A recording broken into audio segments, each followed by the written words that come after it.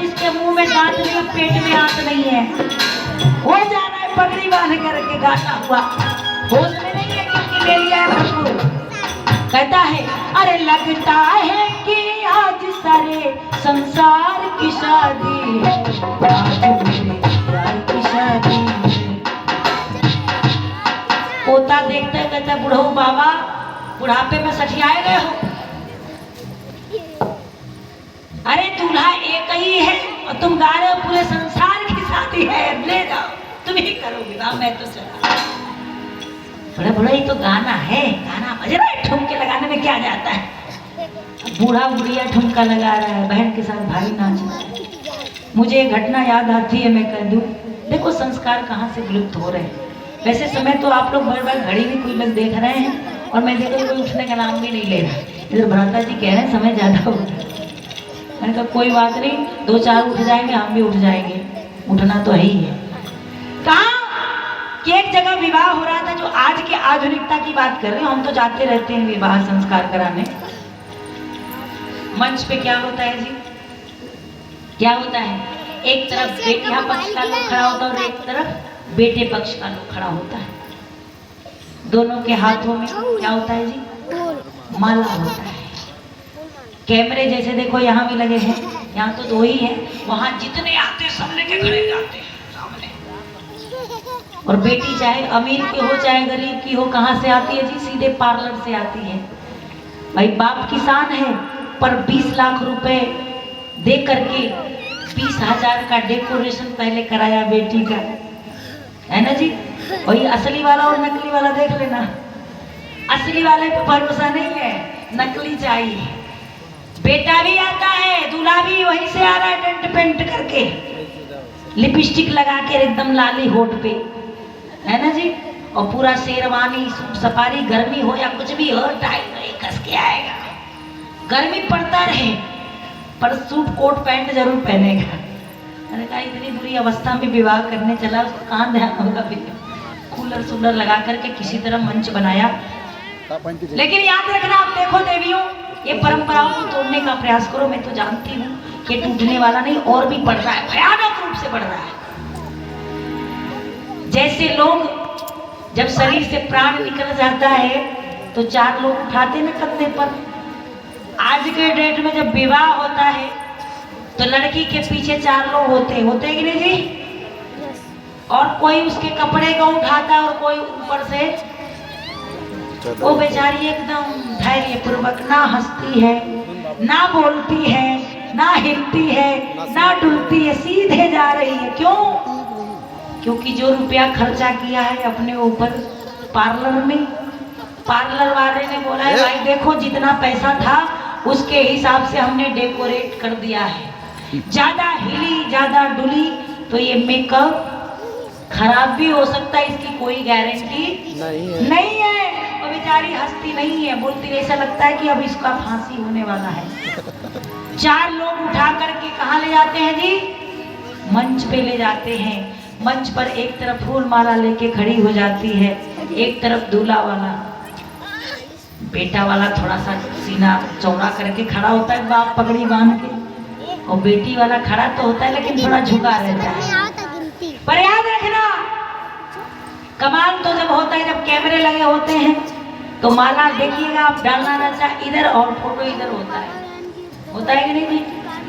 कैमरे वाला कहता है अगर फोटो अच्छा नहीं आया तो पैसा मिलने वाला, कहता है भाई इधर देखो।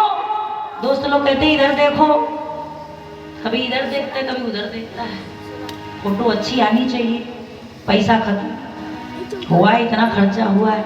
आप देखिएगा कई बार ऐसी घटना हुआ है कि वधू अगर फोटो खिंचवाने के चक्कर में माला जहां दूल्हे के गले में पड़ना चाहिए वहां ससुर के गले में पड़ जाता है और लोग तालियां बजाने लगते हैं, बजाओ ताली जोर से, है ना जी। ऐसे ही ताली बजाते हैं, बोले भाई क्या हो गया, तो इसका नाम सत्य हो गया, दूल्हे के गले में बरमाला डाली तो ससुरे के गले में पड़ गया। ससुरा ससुरे जैसा काम करना होता है तो ससुर जैसा काम कौन करेगा जी। आज यही काम हमारे घर से जो परंपरा धीरे धीरे विलुप्त हो गई, आज हम अंधभक्ति में घूम रहे हैं, अंधविश्वास में, अंध परंपराओं में जाकर के पश्चिमी सभ्यता को घर में ला रहे हैं और अपनी सभ्यता को बोलो मंच तक ला करके बर्बाद कर दिए। बताओ, घर में लक्ष्मी आएगी, सरस्वती आएगी, कौन आएगा जी? आज क्या सुन रहे हो? बहु संस्कारी मिले ना मिले, हमें तो क्या चाहिए जी? अजी संस्कार मिले ना मिले, हमें तो गाड़ी खड़ी हुई नजर आंगन में तिलक पे चाहिए क्या?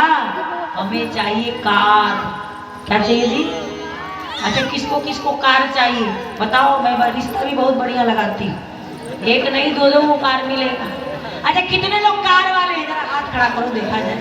अच्छा, पकड़ी कला में एक भी नहीं है? अरे भाई, जोरदार ताली बजा दो इनके लिए, इतने वफादार लोग है ना जी।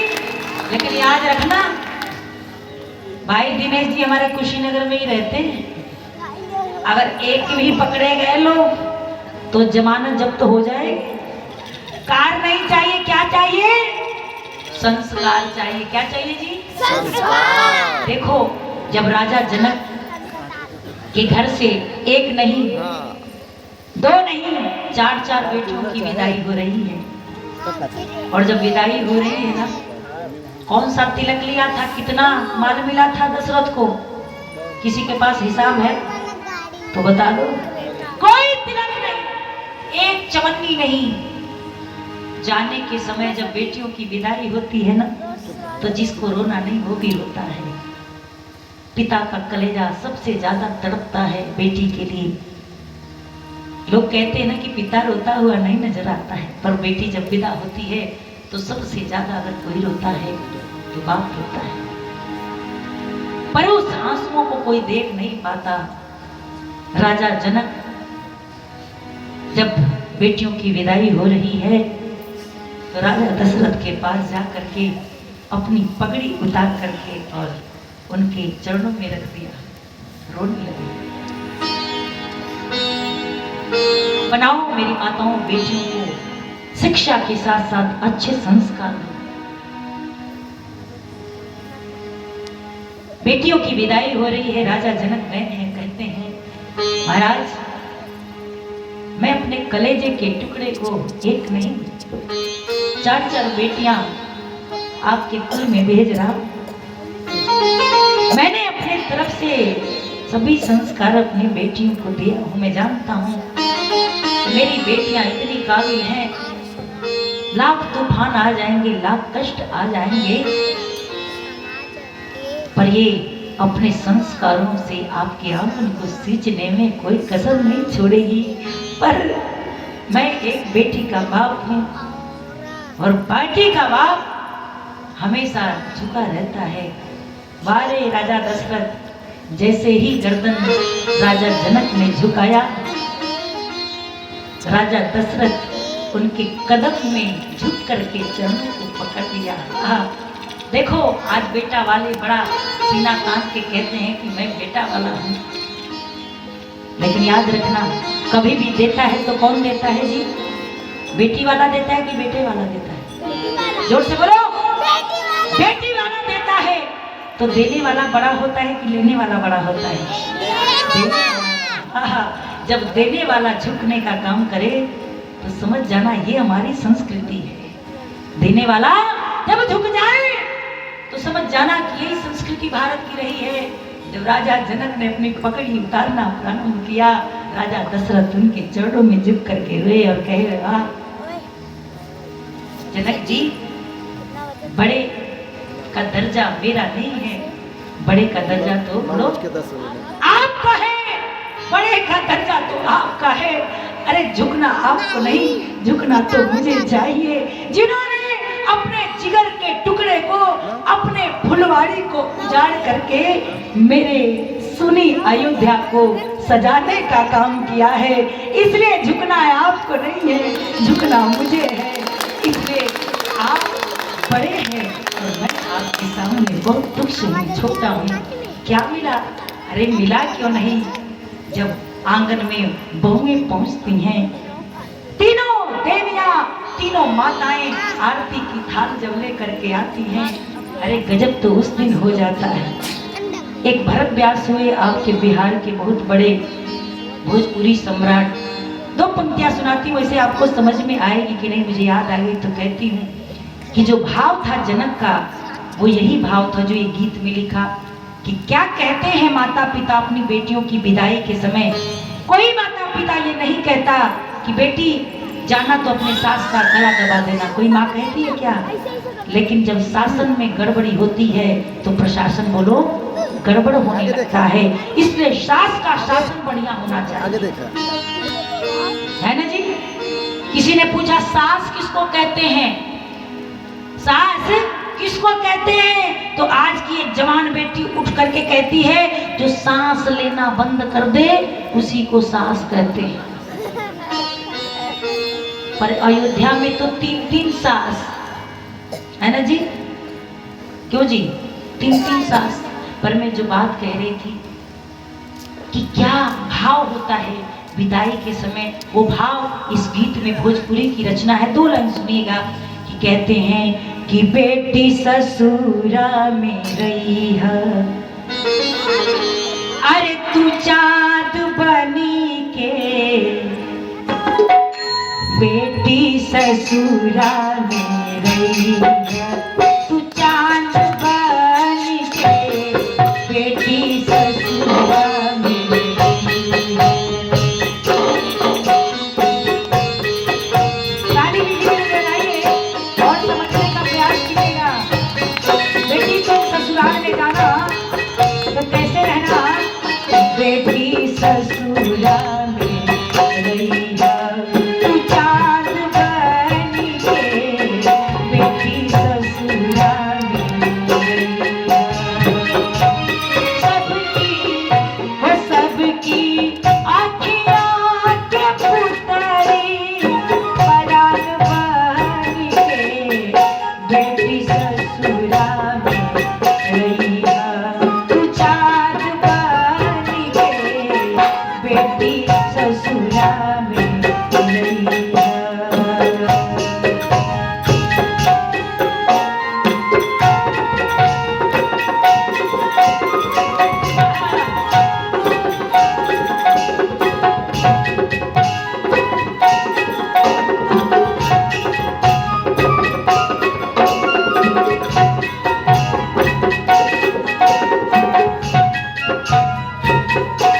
राम को जब वनवास हो गया,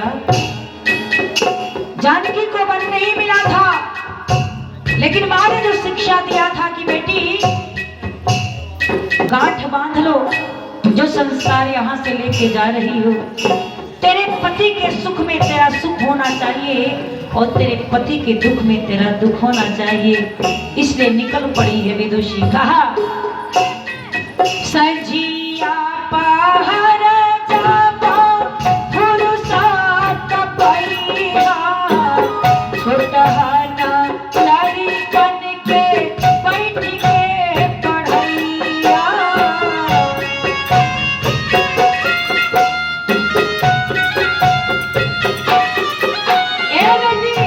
पढ़ी लिखी हो, जा रही हो, शाम का समय होगा तो मोबाइल लेकर के मत बैठ जाना। तुम्हारे आंगन में बच्चियां होंगी, बेटियां होंगी, जो संस्कार तुमने सीखा है उन बच्चों को सिखाने का प्रयास करना। इसलिए माँ समझा रही है सजिया पहर जाबो फुरसत पैया, छोटहना लड़कन के बैठ के पढ़ैया।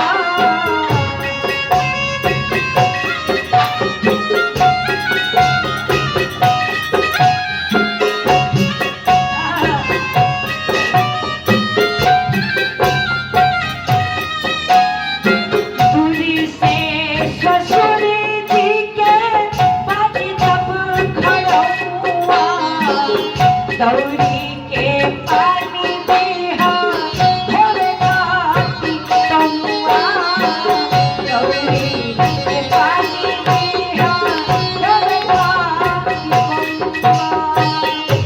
सबके बीच रहा प्रजा के गान बनी के,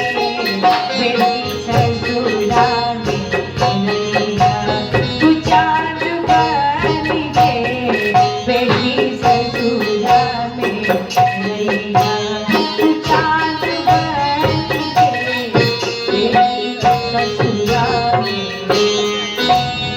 बेटियों को ऐसी शिक्षा दो। बोले भारत माता की। तो मैं एक छोटी सी रचना सुना करके अपनी वाणी को विराम दूं, क्योंकि भोजपुरी आपको समझ में आता नहीं है। तो कहा कि आजकल ऐसा जमाना आ गया, आजकल ऐसा जमाना आ गया। शहरे अमृत में मिलाना, शहरे अमृत में मिलाना आ गया। आजकल ऐसा जमाना आ गया, आजकल ऐसा जमाना आ गया।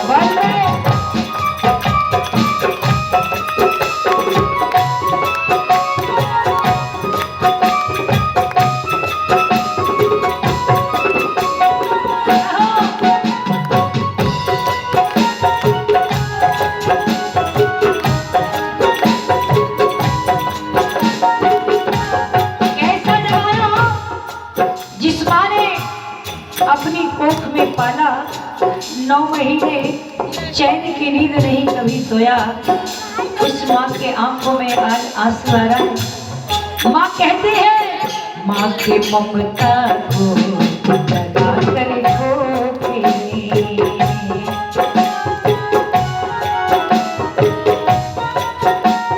कौन से संस्कारों में चूक रह गई। आज बेटा जवान हुआ, माँ की आंखें, माँ की पलकें गीली कर रहा है। कहती है माँ, अरे माँ की ममता को लगा कर ठोकरे,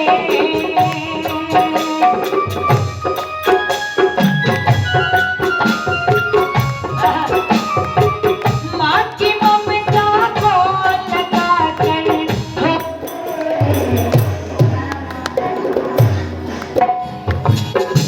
बाबू उज्जवल मौर्य ने इस माता की वेदना को सुन करके अपनी पिता की पुण्य कमाई में से कुछ दान निकाला। जोरदार ताली बजाइए। आयुष्मान तेजस्वी वर्चस्वी आशीर्वाद इस मन से इस बेटे के लिए जा रहा।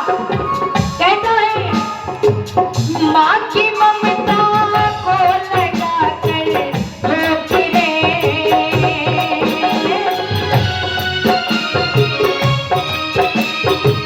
माँ की ममता को लगा कर ठोकरे, बाप गोया के दिखाना आ गया, बाप गोया के दिखाना आ गया।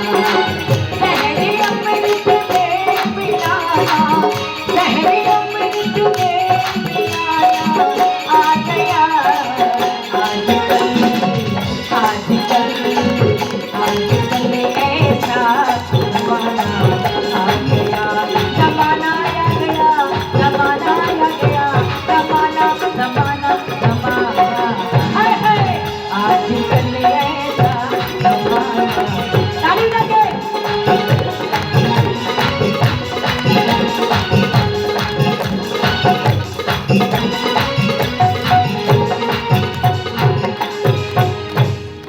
देखिए क्या ना,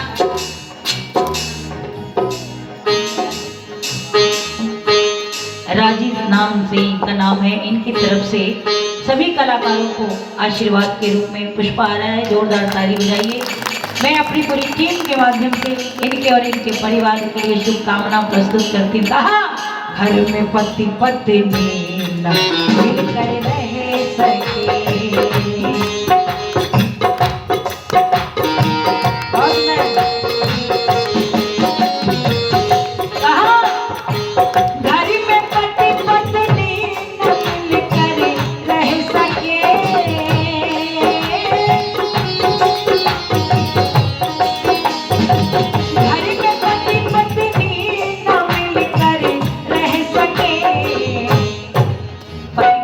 झगड़ा आपने देखा। जब झगड़ा होता है तो बच्चे कह तुम तो बड़े जानवर हो जी, जानवर। और जब जानवर निकल जाता है शब्द, तो मैं एक बात कही थी अभी कि जब एक अंगार बने तो दूसरे को जलधार बन जाना चाहिए। क्यों? देखा पत्नी अब दुर्गा काली का रूप दे रही है। भैया कहा पत्नी को भी हुआ मैंने तो गलती से जानवर बोल दिया।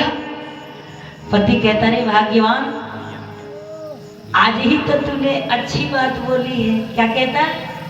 कहता है अरे आज ही तो तूने अच्छी बात बोल गई। मेरे लिए तो इससे बड़ी दौलत और कुछ भी नहीं। पत्नी शर्मसार हो रही है, अरे मैंने तो जानवर कहा। फिर भी मेरा पति मुझे संभाल रहा है, मुझे शाबाशी दे रहा है। कहती है पति महोदय, जब पति झुकता है ना तो पत्नी और झुक जाती है। कहती पति महोदय गलती हो गया है ना जी, पश्चाताप करना चाहिए। पर जब पत्नी ने कहा कि गलती हो गया तो पति कहता रे भाग्यवान, तूने आधी तो अच्छा बोला है। जानवर मैं तुम्हारा जान। क्यों होता है ना जी, आजकल सब लोग तो कह रहे हैं, आजकल के युवा पीढ़ी यही तो कहती है तुम मेरी जान हो। कहता है कि नहीं? अरे भाग्यवान, तू मेरे लिए मेरी जान हो और मैं तुम्हारे लिए तुम्हारा वर हूँ। तो इसमें गड़बड़ कहाँ है? अरे जानवर शब्द वही तो होता है। तुम मेरे लिए अगर मेरी जान बन सकती हो तो मैं तुम्हारे लिए तुम्हारा वर भी बोलो। कहानी खत्म हो गई कि नहीं? और बात बढ़ जाती तो कहाँ तक पहुंच जाती जी? कोर्ट तक। अब तो फैसला वही होगा। तो घर में पति पत्नी मिलकर रह सके।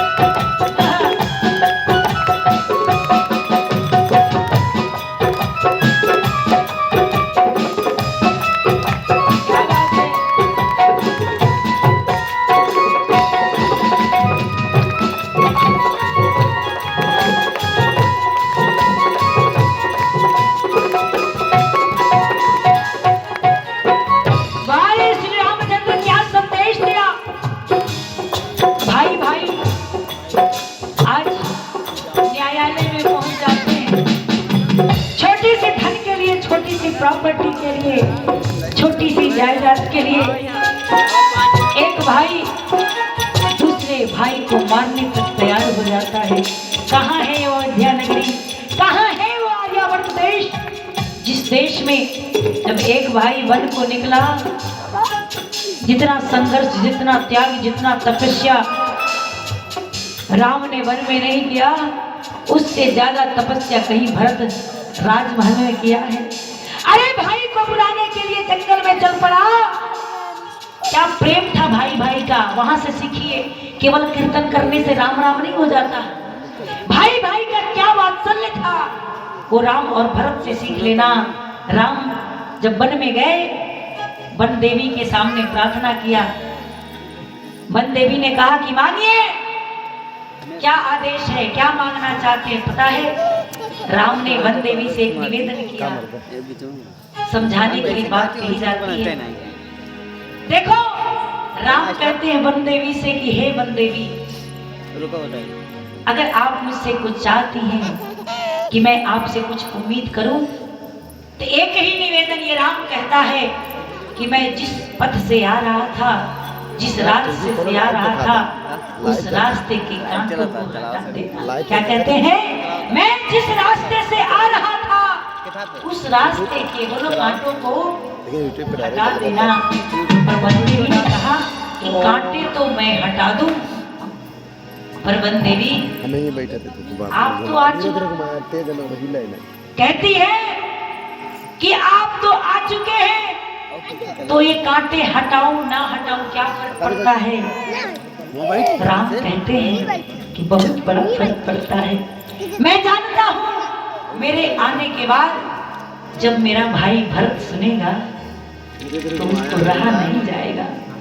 वो इसी रास्ते वन में मुझे बुलाने के लिए आएगा, और जो कष्ट मुझे उन कांटों से मिला है, मैं नहीं चाहता कि मेरे भाई भरत के पैर में वो कांटे लगे और वो दर्द मेरे भाई के जीवन में हो। इसलिए वन देवी उन कांटों को हटा देना। बताओ भाई अच्छा है कि बुरा है? अरे है कि नहीं है? और वो भरत जैसा भाई जो 14 वर्ष अपने भाई के चरणों के पादुका को उस सिंहासन पर रख करके तपस्या किया, अपने वस्त्र को हटा करके पीताम्बर पहन करके अलग रहना प्रारंभ किया। पर आज कहता है कि भाई भाई के ही दुश्मन बन गए, भाई भाई